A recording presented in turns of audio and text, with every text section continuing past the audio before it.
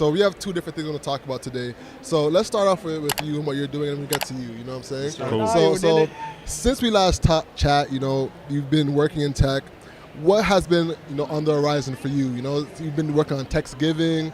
Talk to us. Yeah, man, I've been doing a lot, but everything is all under the same umbrella of helping more Black, underrepresented people get jobs in tech, right? Today at Collision, or this week at Collision, we actually hosted a masterclass focusing on thinking big and thinking Africa, right? And that's through Tech Connect Africa, right? And Tech Connect Africa is a social enterprise that focuses on reversing the brain drain from Africans that are across the diaspora. So Canada, USA, UK, Ireland, so on and so forth, coming back to the continent and pouring in. Why? Because Africa is the fastest growing continent in the world. Nigeria specifically is on track to be the number 3 most populated country in the world as well too. There's so much talent and so many opportunities that are coming back to Africa, and it's important for us diasporans to actually be the ones that are driving it, not the others. The others are trying to put their fingerprints all over it, and we're trying to reverse the narrative so it could truly be for us, by us. Yeah, and actually I've been noticing that too, especially like in countries like Nigeria, Kenya. They have a lot of advanced technology that it never really gets highlighted. Mm-hmm. Even you see Jack Dorsey, Mark Zuckerberg, all these big They're going back. They're going back. Yeah. There's things that happening out there. I'm sorry to cut you off, but that's what we call signal. Mm-hmm. There's things like noise where it's like, don't pay too much attention to it. There's signal when you got people like Bill Gates who just was in Nigeria last week, and Jack Dorsey, super big on, I think he's doing something with crypto out there as well too. There's signal with all these people that are going out there. Who's the founder of the Ethereum, who was out there maybe 6 months ago as well too? Yeah, what's his name? Don't let me butcher his name. But nonetheless, you're seeing all these big guys that are going out there, right? And it's great that they're doing that, but we should be also having our hands on the steering wheel as well too. Definitely, Just like you're saying, the population is growing immensely at one of the fastest rates in the world. And they're like the biggest population behind the U.S. And the amount of opportunity from infrastructure to technology, just like you're saying, is growing rapidly, So walk us through the average day in your life right now. What's going on? Craziness. There is no average day. Recently I've just been traveling. I was in LA for AfriCon. So shout out to Amplify Africa. We were out there. We had a speaking engagement, and it was just phenomenal speakers out there. Then after that, came up to Atlanta for Render ATL. Not sure if you guys have heard of that. I had a speaking engagement out there. Went phenomenal. Went and rested in DC, which is where I'm from. Just chilled out, and now I'm back up here in Toronto. But really, the day-to-day is really, balancing the 9 to 5 of Google with all the passion and focused projects that I have going on as well too. So that's a short answer and not the best answer, but it's usually just trying to balance a crazy life is the day-to-day. And are you trying to leave like a 9 to 5 to pursue these things? Yeah. And how close are you to doing that? I think that that's a very good question. One, the first answer is yes. I am definitely trying to leave that, but I think the closeness is based on the market for me, right? A lot of the ways that these opportunities are funded for me are based on the economy and how much funding they have to give to fund a project like this as well too. So it's changing every day. I would say it's definitely within that 1 to 2 year window for sure, where we take that jump off the leap of faith as well too. Yeah, man. I think you've been at this for such a long time that I think when that time comes, it's going to be a smooth transition. It's not going to feel like, I'm leaving my job to pursue this. It's just like, this is like my full-time job now. Yeah, it's just the next step. Absolutely. Most definitely. So to wrap up on your side before we get to yours, you have a tenure at multiple different companies, right? Yeah. So if you can just leave a quick tip for the people that are wanting to be entrepreneurs but want to get in a job in tech that's high paying, so they can finesse that into a business. What tips do you have for them? Well, one, find something who's the guy we just talked to who just founded that company, who was just talking to it backstage as well too? DeVaris? Yes. He had a great quote, and he talked about a lot of people try to focus solely on passion, and that's a great thing to do, but you also have to focus on profits. He was like, and I took from that was like, focus on things that you can lean into that are going to be easy barriers to entry to kind of get you in. And then after that, focus on ways that you can upskill so that way you can get to the profits as well too. So one, if you're trying to get into tech, think about your skills that you already have now and how you can translate that into the tech space. So now if you're going from the, 9 to 5 to more so the 5 to 9 space, think about ways that you can leverage the skills that you're doing on the 9 to 5 for your 5 to 9, right? Don't try to separate the two. One thing that I always try to do is make sure that everything I do from a day-to-day is applicable to Tech Connect Africa or Techsgiving or anything of that nature, because at the end of the day, none of us have that much brain capacity to do things, right? You don't want to be a jack of all trades. You want to be a master of something, right? So I'm mastering helping other people break into the tech industry is what I'm focusing on as well too. So one, find that skill that you already have a transferable skill with, lean into that heavy, and then two, figure out how you can leverage that skill to have a side business and then start to grow that as well too, start to leverage that as well. Most definitely, amazing. So now, for the people that don't know you, Yeah. would you mind introducing yourself to the audience? Yes, sir. So I'm Alfred Bergeson. I live in Halifax, Nova Scotia. I'm the founder and CEO of Tribe Network. And Tribe Network is an accelerator and incubator for racialized entrepreneurs, right?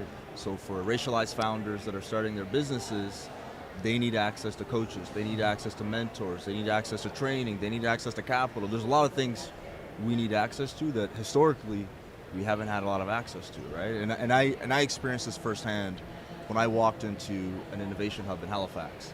This is publicly funded innovation hub, and we have these across country. All right, every province has them, and when we pay taxes, we're funding these spaces where entrepreneurs can walk in for free and get access to supports. I walked into one in Halifax and didn't see anyone that looked like us in there. I said, what's going on here? And for You know what I mean? context, like Nova Scotia, Halifax is a big black community, right? It is. It's one of Yeah. the largest and the most historical black community in Canada. Yeah. You know what I mean? And so It's founding, like one of the founding black communities in 100%. Canada. Yeah. a lot of black legacy there. And so I walk into this build and I'm like, yo, like, where are the people of color? Like, I'm the only one in here. And I look at the team, no black people, no person of color. And so really I just felt like something's got to change. You know what I mean? I didn't feel like I belonged in the space. Didn't feel like they understood who I was, what I was trying to do. A lot of them didn't even care to. You know what I mean? Because they never been around us. And so that kind of inspired me to say, okay, what can I do? I've got access to a network. I'm building my own thing. But how can I create something that will allow more of us to get access to the same resources that these people are getting? So we created Tribe. That's what we're doing. So you've raised money for this, right? How much money have you raised today? So we've got about $4 million, some from the government, some from private sector. And Tribe Network, essentially, like I mentioned, like we have entrepreneurs that join our programs, mash them up with a mentor, mash them up with a coach, create a plan for them to go from an idea or an MVP to like getting them funding and getting them hiring people and getting them actually creating value. So we've been doing this for about 2 years now. And we've had success in having entrepreneurs go from idea to raising a seed round or a pre-seed round. And so now the thing that we're doing next to complement that is actually raising our own VC, right? So right now we're able to give people access to grant funding and little non-dilutive funding, but again, we're seeing success in entrepreneurs leaving our program to go get millions of dollars. And so now we're creating our own fund to complement the programs that we do. That's And huge. That's huge. Which companies have you invested in so far? So we've helped people like Wovio. I don't know if you guys have heard of Wovio. OVO? Fintech product. Started in PEI. Founder had a prototype that they were building, and we supported them, made an introduction to a black VC firm out of Toronto. Next thing you know, the black firm is leading their round. They raised 1.5. They go to Calgary, and now they're taking off, right? So we've been helping people at the very early stage in terms of getting really clear on what problem are you solving, what value are you actually bringing, and then connecting them with capital and coaches that can actually help them execute. Amazing. So, Alfred, we're here in Collision. You got the investor tag on. Yeah.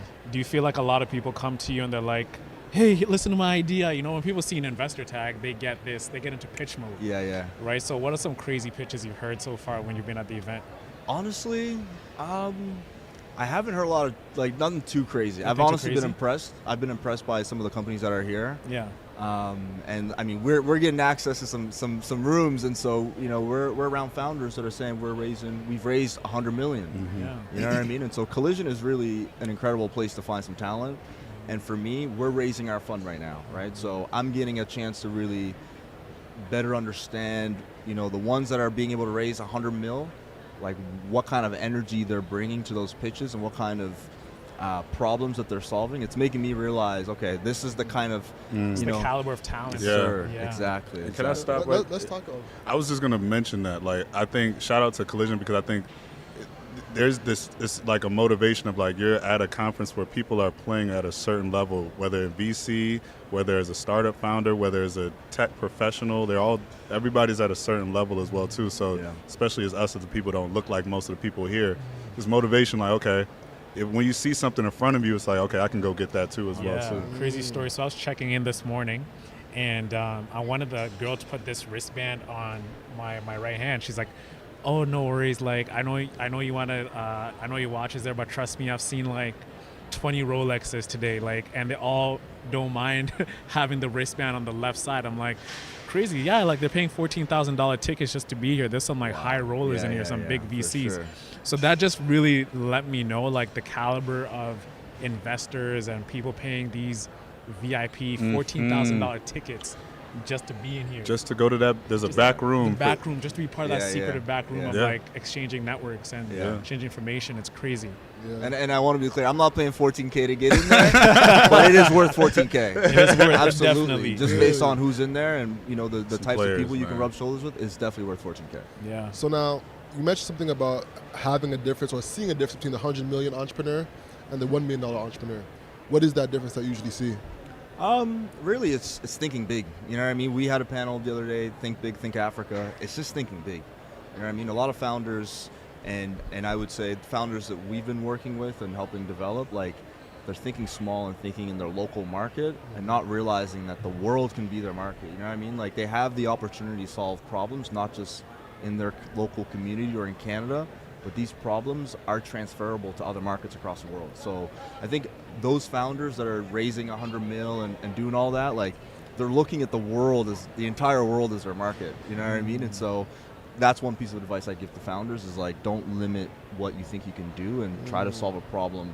Like, be genuine about solving a problem, but think about the number of people that you can impact by what you're doing. Got you. Now, I'm a marketer by trade. Okay. So there's been a tide shift in terms of growth. Yeah. You know, before there used to be the true classic teas that would grow on Facebook, you know, and brands that would grow on TikTok. With you investing in net new companies now, what are the methods of growth that you're seeing that's like, oh, he's doing that, I know he's going to grow, I want to invest in something like that? Yeah. So, I mean, we're still raising our fund, right? Okay. So we're not deploying capital yet. Not yet, yeah. The expectation is to be deploying capital at the end of this year. Okay. In terms of the founders that we are working with at the earlier stage, a lot of it comes down to like influencer marketing. You know what I mean? And just like who is using the tool that you've built. And I think a lot of the times people get excited when they hear a big name. People get excited when they realize that, like, you know, this is something that Ayo's using, you know what I mean? And so I don't think that's something that's going away anytime soon, to be honest. And so I would say, for the most part, and this is a similar strategy in raising our fund right now, you know what I mean? Like, when we walk into a room to pitch to a fund that's already raised 100 mil, and we're saying, give us 2 mil, they're going to look at us and say, like, well, why would I invest in you? Sure, you might be talented and you might have deal flow, but like, who else is doing this, and why would I bet on you, right? So we have to have a really clear story on, like, yo, we got an NBA player in here, you know what I mean? And that will get them excited to at least pay more attention to whatever we're doing.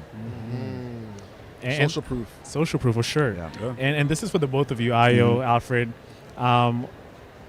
What's your opinion on AI so far? Because every entrepreneur these days is AI this, AI for that, AI. I'm like, yo, this ain't Allen Iverson, bro. Like, what are your takes on AI and startups and everything? Like, you know, just to get your take first, Ayo. So, a lot of takes, but I'm gonna keep it concise. So, AI has seen the fastest adoption of any technology in the history of mankind. I think it's over 100 million users in 2 months. So when you think about the internet, you think about Web3, and you think about, this is dating back to horse and carriage, I'm gassing it, but not really. That shows signal. I'm big on, like, okay, there's a signal, because the reason why AI is adopting so fast is because people can instantly see and use the use cases that it gives people in terms of being more efficient and things of that nature. So me personally, I definitely see there's a lot of signal in terms of like the use cases for it and making things simpler and just making overall life easier and making things more equitable. However, when you introduce something where only certain players are the driving forces of it, because none of us are the big players at AI, at least as it stands right now, that introduces a certain set of bias. And that is something that needs to be very, very, very like watched very deeply, because these things can go left very quickly if you let us not be the drivers of it as well too. So cybersecurity, risk management, things like that are going to be the second wave of AI that people should start to look at to make sure that it's more equitable, to make sure that there's no bias, to make sure that things are just legitimate as well too. So yes, I am bullish on AI. Many of these companies that are here today are probably not going to be here within the next 6 to 12 months, just the name of the game. But I do think there's going to be a second wave of AI that's going to get it better than this first wave. And I think I was talking to an investor in that secret room back there. He was like, yeah, it's cool to see all these people who are playing the AI race right now, but it's really like, you know, it's a horse race, right? Whereas the horse that is at the front usually burns out towards the end, but it's the horse that's just staying steady that nobody really notices, that really bursts onto the scene at the end and really wins the war. So right now it's just a race. So I think we're going to see somebody get it right. Maybe it's NVIDIA's, maybe it's another startup or something like that that's going to win the war as well too. Yeah, man. There's like these different things that come in waves too, right? 3-4 years back it was like fintech, right? There's an emergence of many fintech startups. There's like all these martech, there's all like prop tech.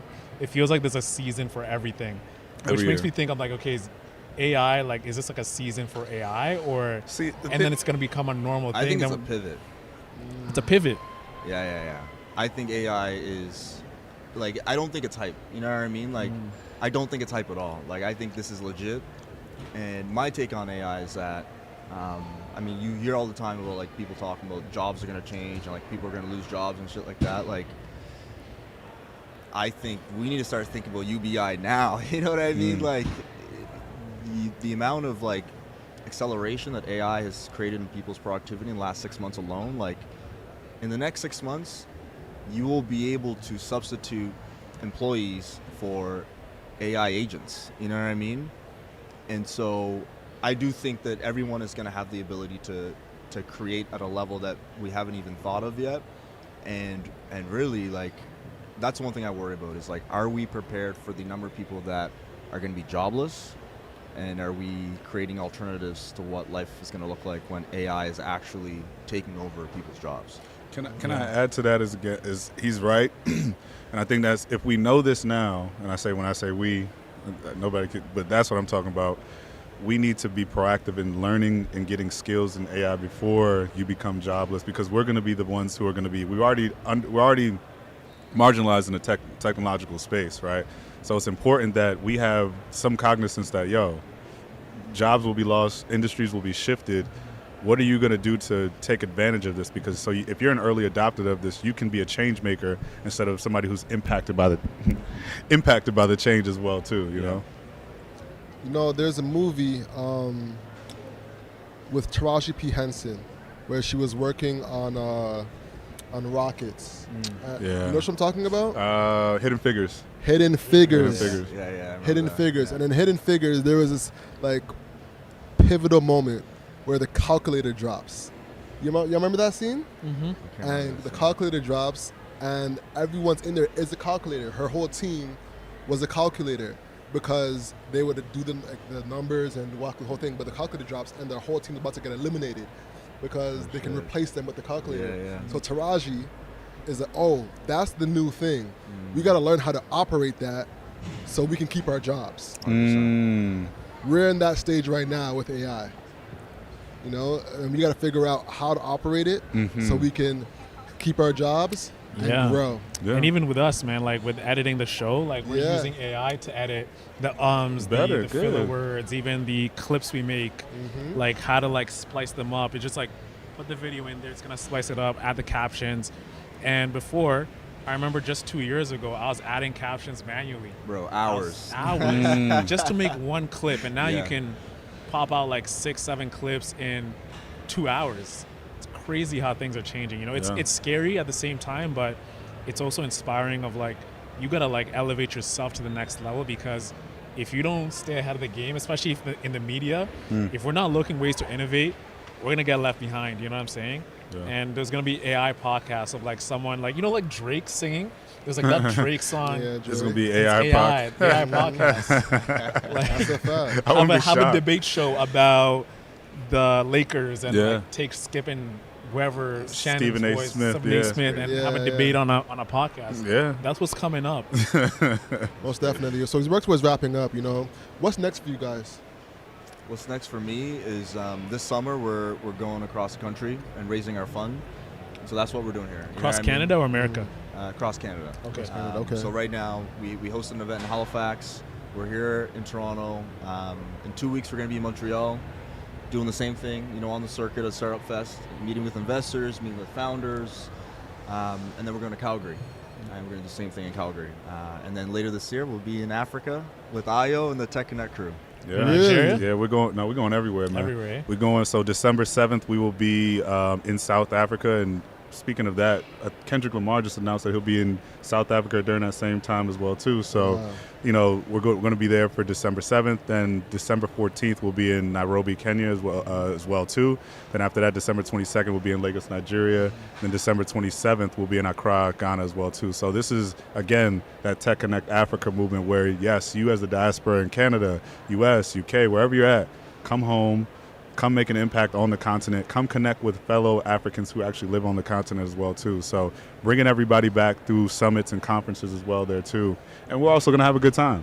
It's not just, we're not just sitting there. We're going to celebrate our culture. We're going to eat the food. We're going to, you know, we're going to dance. We're going to enjoy. And we're also going to build together as well too. So the African way, you know. I might be in Kenya around that time too because I got to go visit my grandma. Man, let's do it. So I might link you. Let's do a podcast live, or let's get you guys to host a panel session. Go to Mombasa and everything like that. Let's do it. The whole month we're in Africa. So everybody's listening. We're in Africa. December, get your flights. South Africa, Kenya, Nigeria, Ghana. Be there. You know, we like to have fun, man. Oh yeah, it's gonna be a party, crazy all month. Just drinking water. Your liver's going. Stay hydrated. Most definitely, yo. With that being said, the hustle is what you can control. So control your grind and control your life. I'm Alex. I'm Owen Osinde. I'm Alfred Bergeson. I'm Ayo Duyule. Bow bow. Peace out, everybody. Peace. Peace. Thank you so much for checking out this episode. Make sure you visit hustleovereverything.co and cop some fire merch that we have in the store. And then we'll see you in the next episode.